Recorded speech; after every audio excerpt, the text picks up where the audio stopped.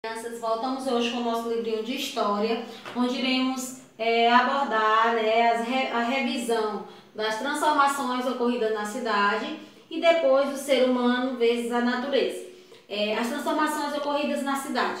Nós vimos que as primeiras cidades, mesmo antes de Cristo, elas eram fundadas próximos a margens de rios. Por quê? Porque nós sabemos que a água, é um recurso natural que é indispensável à nossa vida, é fundamental, na nossa vida. E que logo depois também a questão da agricultura. Nós sabemos que para ter o plantio precisamos o quê? Da água em abundância para que o solo se torne mais fértil, para que se tenha uma boa colheita.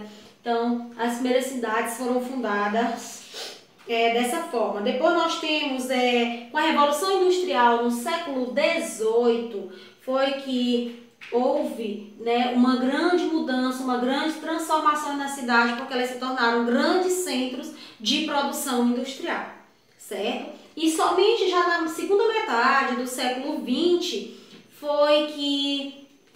realmente houve a transformação maior ainda, porque vieram a surgir os bancos, a questão tecnológica, gente, nós sabemos isso com a Revolução Industrial no século XVIII, que houve essa grande mudança. A partir dessa industrialização, gente, que mudou radicalmente a vida na sociedade, a vida nas pessoas, Hoje, por exemplo, o que nos liga, hoje, a internet, faz essa globalização, é essa ligação, esse vínculo de comunicação que nós temos praticamente com as cidades do mundo inteiro, Isso foi já com a Revolução Industrial no século XVIII, mas apenas na segunda metade do século XX, que isso foi cada vez mais se aprimorando. E hoje, cada dia mais as coisas vêm se aprimorando. Então, no início, no surgimento das cidades, a nossa, por exemplo, a nossa cidade Miguel Alves, que nós vimos a história de fundação,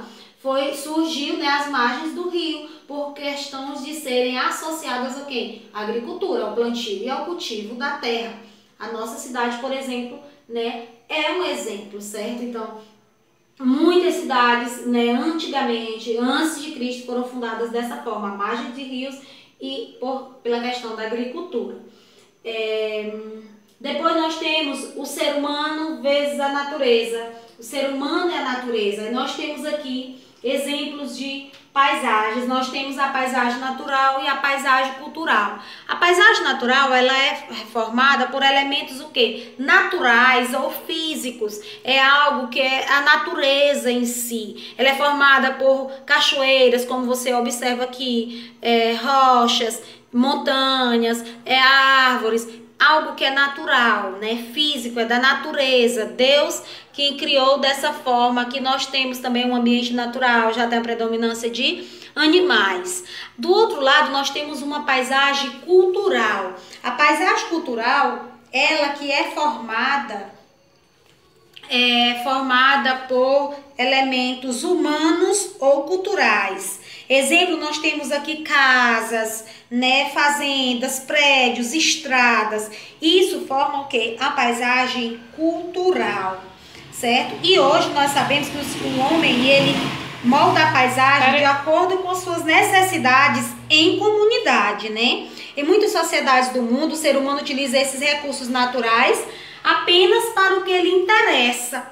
Mas nós sabemos que para sobreviver hoje, nós estamos a cada dia mais modificando o meio, que nós vivemos para melhor, buscando conforto, para melhor sobrevivermos, como a gente observa aqui nessa paisagem cultural. Totalmente, diferente de uma paisagem natural.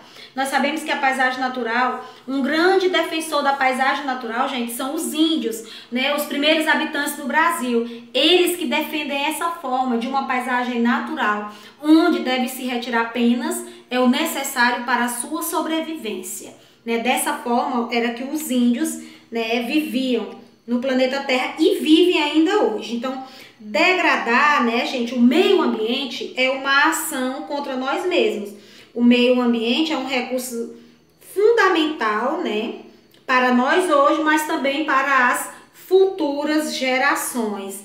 E hoje nós sabemos que o maior modificador da paisagem natural é quem? É o próprio ser humano. Para quê? Buscando melhores condições de vida para se adaptar. Devido, né, gente, nós sabemos esse aumento constante da população. E também a questão, né, tecnológica. Nós sabemos que nós vemos atrás do quê? Do conforto. A tecnologia hoje, nós sabemos, é que traz, né, essa grande mudança, isso que surgiu na Revolução Industrial. Certo? Então, vocês agora são convidados a pegar o seu livrinho de história nas páginas 33 a 36, fazer uma releitura.